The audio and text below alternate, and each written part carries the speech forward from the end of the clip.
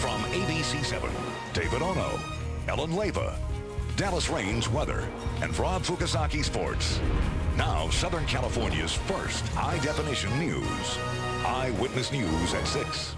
It's been a day of service for the incoming President of the United States. While on the National Mall, the crowds are counting down the hours as the stage gets set for the inauguration of the first African-American president in the nation's history. Good evening, I'm David Ono. I'm Ellen Leva. This is Eyewitness News at 6. Leading by example on this Martin Luther King Day, President-elect Barack Obama set the tone for his administration and what he calls an era of responsibility. Eyewitness News anchor Mark Brown is live in Washington, D.C. with all the events leading up to this historic presidential inauguration. Mark? Historic indeed, Ellen and David. When you think about the history that is about to be made here, you have to think about the history of the spot on which I'm standing, the National Mall. Slave auctions used to be held here. The White House was built in part by slave labor. And of course, several of our first presidents were slave owners. Now, an African-American man is about to become president of the United States.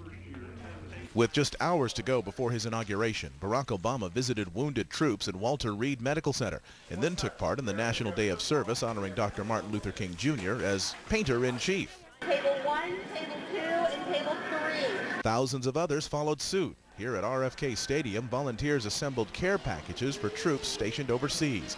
Others stood in line in the cold to pick up their tickets to the inauguration with big smiles on their faces. It's like we're all in the same boat and we have a nice captain. Some 20,000 police officers and an unannounced number of troops and federal agents have the job of keeping everyone safe.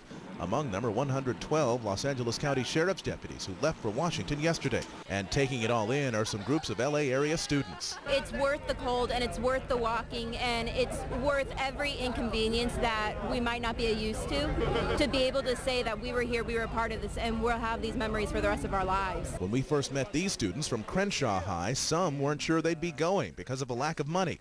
But Eyewitness News viewers came through.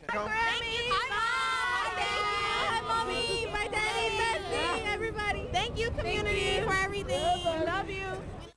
They are all going to be leaving their hotels at about 3 o'clock in the morning to try to get here by about 4:30 because the space on the National Mall will be at a premium with some 2 million people, possibly as many as that, expected to attend this inauguration.